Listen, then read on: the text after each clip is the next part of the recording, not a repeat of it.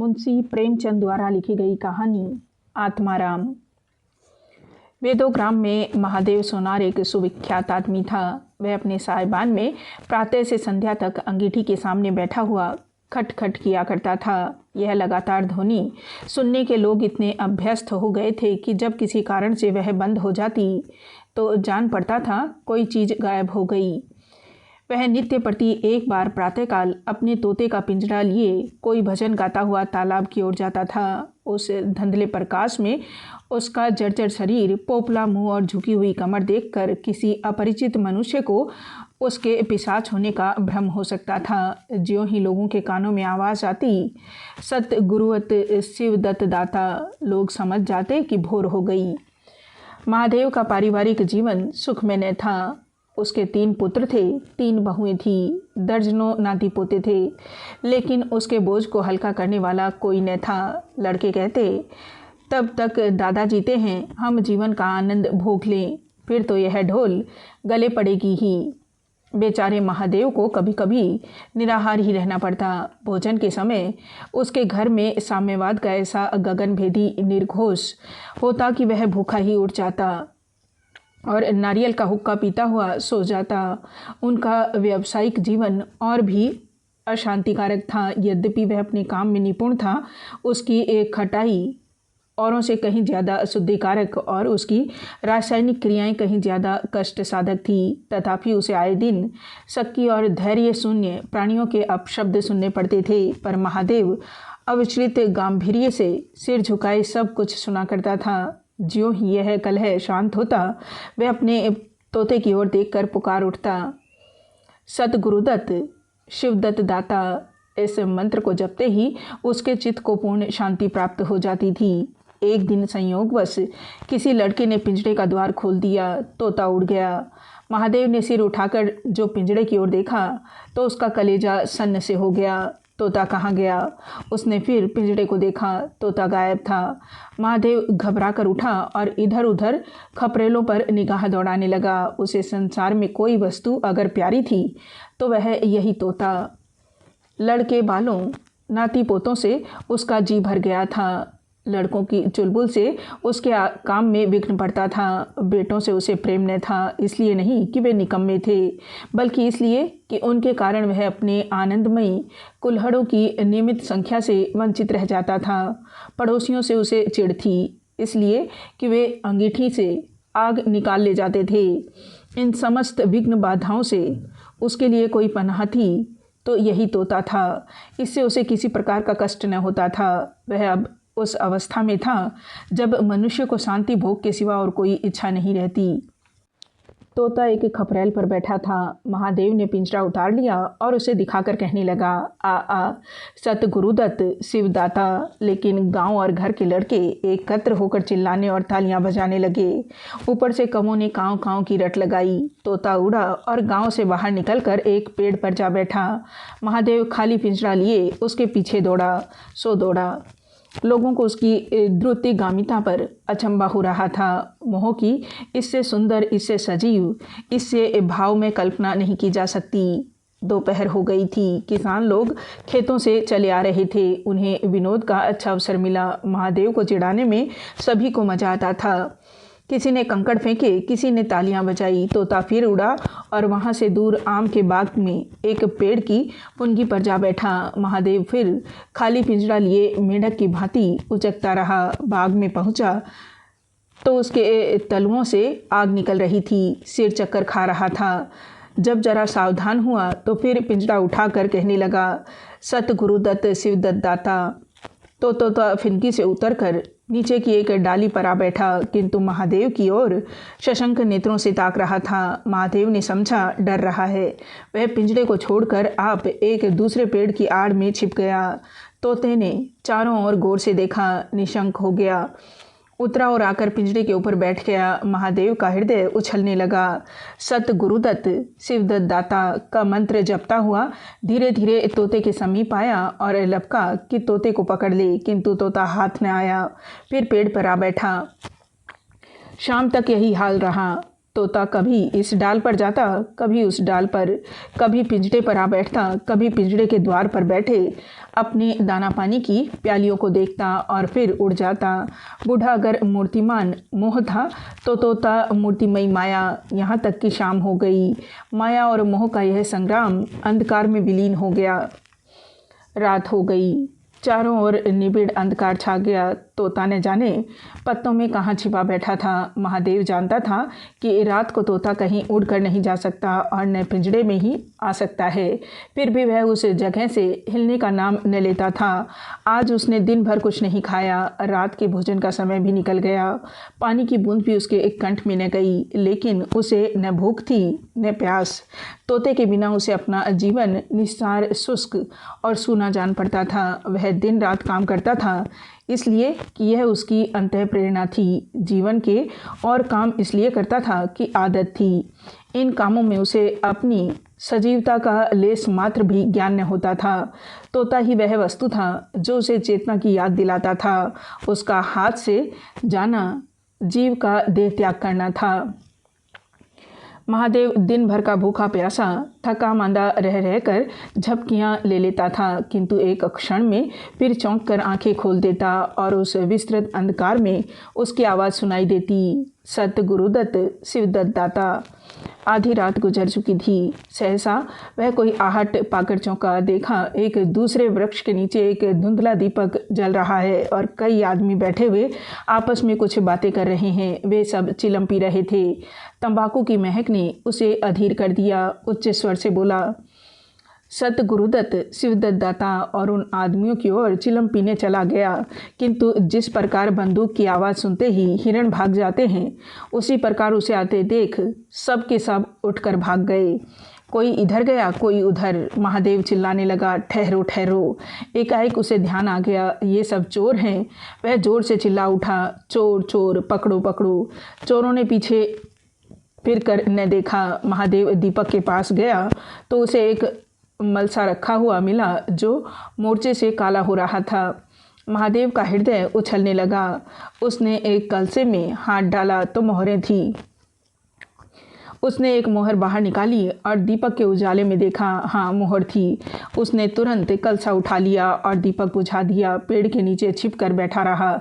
साहस से चोर बन गया। उसे फिर शंका हुई, ऐसा न हो चोर लौट आवे और मुझे अकेला देखकर मोहरें छीन ले। उसने एक कुछ मोहर कमर में बांधी, फिर एक सूखी लकड़ी से ज़मीन की मिट्टी हटाकर कई गड्ढे बनाए। उन्हें मोहरों से भरकर मिट्टी से ढक दिया। महादेव के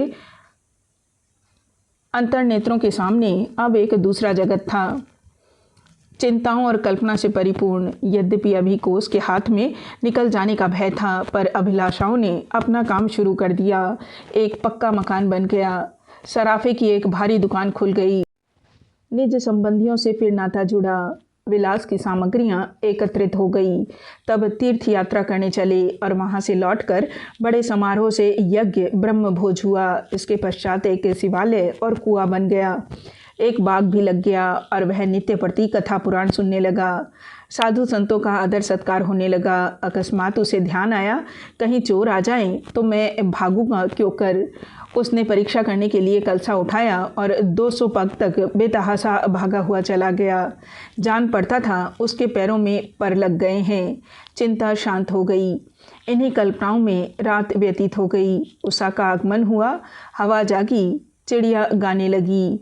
सहसा महादेव के कानों में आवाज़ आई, सत गुरुदत्त शिवदत्त दाता। राम के चरण में चित्त लगा। यह बोल सदैव महादेव की जिह्वा पर रहता था। दिन में सहस्त्रों ही बार ये शब्द उसके मुंह से निकलते थे, पर उनका धार्मिक भाव कभी भी उसके अंतःकरण को स्पर्श न करता था। जैसे किसी बाजे से राग निकलता है, उसी प्रकार उसके मुंह से यह बोल निकलता था, निरर्थक और भावशून्य। तब उसका हृदय रूपी वृक्ष पत्र वल्लभ विहीन था। यह निर्मल वायु उसे गुंजरित न कर सकती थी, पर अब उस वृक्ष में कोपलें और शाखाएं निकल आई थी। इन वायु प्रवाह से झूम उठा और गुंजित हो गया। अरुणोदय का समय था। प्रकृति एक अनुराग में प्रकाश में डूबी हुई थी। उसी समय तोता पैरों को जोड़े हुए ऊंची डाल से उतरा, जैसे आकाश से कोई तारा टूटे और आकर पिंजड़े में बैठ गया। महादेव प्रफुल्लित होकर दौड़ा और पिंजड़े को उठाकर बोला, आओ आत्माराम, तुमने कष्ट तो बहुत दिया पर मेरा जीवन भी सफल कर दिया। अब तुम्हें चांदी के पिंजड़े में रखूँगा और सोने से मढ़ दूँगा। उसके रोम रोम के परमात्मा के गुणानुवाद की ध्वनि निकलने लगी। प्रभु तुम कितने दयावान हो, यह तुम्हारा असीम वात्सल्य है, नहीं तो मुझ पापी पतित प्राणी कब इस कृपा के योग्य होता। इस पवित्र भावों से आत्मा विहल हो गई। वह अनुरक्त होकर कह उठा, सत गुरुदत्त शिवदत्त दाता, राम के चरण में चित लागा। उसने एक हाथ में पिंजरा लटकाया, बगल में कलसा दबाया और घर चला। महादेव घर पहुंचा तो अभी कुछ अंधेरा था। रास्ते में एक कुत्ते के सिवा और किसी से भेंट न हुई और कुत्ते को मोहरों से विशेष प्रेम नहीं होता। उसने कलसे को एक नाद में छिपा दिया और कोयले से अच्छी तरह ढककर अपनी कोठरी में रख दिया। जब दिन निकल आया तो वह सीधे पुरोहित के घर पहुंचा। पुरोहित पूजा पर बैठे सोच रहे थे, कल ही मुकदमे की पेशी है और अभी तक हाथ में कौड़ी भी नहीं। यजमानों में कोई सांस भी लेता है। इतने में महादेव ने पालागन की। पंडित जी ने मुंह फेर लिया। यह अमंगल मूर्ति कहाँ से आ पहुँची मालूम नहीं, दाना भी मयसर होगा या नहीं। रुष्ट होकर पूछा, क्या है जी, क्या कहते हो, जानते नहीं इस समय पूजा कर रहे हैं। महादेव ने कहा, महाराज आज मेरे यहाँ सत्यनारायण की कथा है। पुरोहित जी विस्मित हो गए, कानों पर विश्वास न हुआ। महादेव के घर कथा का होना उतना ही असाधारण घटना थी जितनी अपने घर से किसी भिखारी के लिए भीख निकालना। पूछा, आज क्या है? महादेव बोला, कुछ नहीं, ऐसी इच्छा हुई कि आज भगवान की कथा सुन लूँ। प्रभात ही से तैयारी होने लगी। वेदों के निकटवर्ती गांव में सुपारी फिरी। कथा के उपरांत भोज का भी नेवता था। जो सुनता आश्चर्य करता, आज रेत में दूब कैसे जमी। संध्या समय जब सब लोग जमा हो और पंडित जी अपने सिंहासन पर विराजमान हुए तो महादेव खड़ा होकर उच्च स्वर में बोला, भाइयों, मेरी सारी उम्र छल कपट में कट गई। मैंने न जाने कितने आदमियों को दगा दिया, कितने खरे को खोटा किया, पर अब भगवान में मुझ पर दया दिखाई है। वह मेरे मुंह की काली को मिटाना चाहते हैं। मैं आप सब भाइयों से ललकार कर कहता हूँ कि जिसका मेरे जिम्मे जो कुछ निकलता हो उसकी जमा मैंने मार ली हो, जिसके चोखे माल का खोटा कर दिया हो वह आकर अपनी एक एक कौड़ी चुका ले। अगर कोई यहाँ न आ सका हो तो आप लोग उससे जाकर कह दीजिए, कल से 1 महीने तक जब जी चाहे आए और अपना हिसाब चुकता कर ले। गवाही साखी का काम नहीं। सब लोग सन्नाटे में आ गए। कोई मार्मिक भाव से सिर हिलाकर बोला, हम कहते न थे। किसी ने अविश्वास से कहा, क्या खाकर भरेगा, हजारों को टोटला हो गया है। एक ठाकुर ने ठठोली की, और जो लोग सुरधाम चले गए। महादेव ने उत्तर दिया, उसके घर वाले तो होंगे, किंतु इस समय लोगों को वसूली की इतनी इच्छा न थी जितनी यह जानने की कि इसे इतना धन मिला कहाँ से। किसी को महादेव के पास आने का साहस न हुआ। देहात के आदमी थे, गड़े मुर्दे उखाड़ना क्या जाने। फिर प्राय लोगों को याद भी न था कि उन्हें महादेव से क्या पाना है, और ऐसे पवित्र अवसर पर भूल चूक हो जाने का भय उनका मुंह बंद किए हुए था। सबसे बड़ी बात यह थी कि महादेव की साधुता ने उन्हें वसूभूत कर दिया था। अचानक पुरोहित जी बोले, तुम्हें याद है मैंने एक कंठा बनाने के लिए सोना दिया था, तुमने कई मासे तोल में उड़ा दिए थे। महादेव, हाँ याद है। आपका कितना नुकसान हुआ होगा? पुरोहित, 50 रुपये से कम न होगा। महादेव ने कमर से 2 मोहरें निकाली और पुरोहित जी के सामने रख दी। पुरोहित जी की लोलुपता पर टिकाएँ होने लगी। यह बेईमानी है, बहुत हो तो 2-4 रुपये का नुकसान हुआ होगा। बेचारे से 50 रुपये ऐंठ लिए। नारायण का भी डर नहीं, बनने को पंडित पर नीयत ऐसी खराब। राम राम। लोगों को महादेव पर एक श्रद्धा सी हो गई। 1 घंटा बीत गया पर उन सहस्त्रों मनुष्यों में से एक भी खड़ा न हुआ। तब महादेव ने फिर कहा, मालूम होता है आप लोग अपना अपना हिसाब भूल गए हैं, इसलिए आज कथा होने दीजिए। मैं 1 महीने तक आपकी राह देखूंगा, इसके पीछे तीर्थ यात्रा करने चला जाऊंगा। आप सब भाइयों से मेरी विनती है कि आप मेरा उद्धार करें। 1 महीने तक महादेव लेनदारों की राह देखता रहा। रात को चोरों के भय से नींद न आती। अब वह कोई काम न करता। शराब का चस्का भी छूटा। साधु अभ्यागत जो द्वार पर आ जाते उनका यथोयोग्य सत्कार करता। दूर दूर उनका सुयश फैल गया, यहाँ तक कि महीना पूरा हो गया और एक आदमी भी हिसाब लेने न आया। अब महादेव को ज्ञान हुआ कि संसार में कितना धर्म, कितना सद्व्यवहार है। अब उसे मालूम हुआ कि संसार बुरों के लिए बुरा है और अच्छे के लिए अच्छा। इस घटना को हुए 50 वर्ष बीत चुके हैं। आप वेदों जाइए तो दूर ही से एक सुनहरा कलश दिखाई देता है। वह ठाकुर द्वारे का कलश है। उससे मिला हुआ एक पक्का तालाब है जिसमें खूब कमल खिले रहते हैं। उसकी मछलियाँ कोई नहीं पकड़ता। तालाब के किनारे एक विशाल समाधि है। यही आत्माराम का स्मृति चिन्ह है। उसके संबंध में विभिन्न किंवदंतियाँ प्रचलित है। कोई कहता है वह रत्न जड़ित पिंजड़ा स्वर्ग को चला गया। कोई कहता है वह सत गुरुदत्त कहता हुआ अंतर्ध्यान हो गया। पर यथार्थ यह है कि उस पक्षी रूपी चंद्र को किसी बिल्ली रूपी राहु ने ग्रस लिया। लोग कहते हैं आधी रात को अभी तक तालाब के किनारे आवाज़ आती है। सत गुरुदत्त शिवदत्त दाता राम के चरण में चित लागा। महादेव के विषय में भी कितनी ही जन श्रुतियाँ हैं। उनमें सबसे मान्य यह है कि आत्माराम के समाधिस्थ होने के बाद वह कई सन्यासियों के साथ हिमालय चला गया और वहाँ से लौट कर न आया।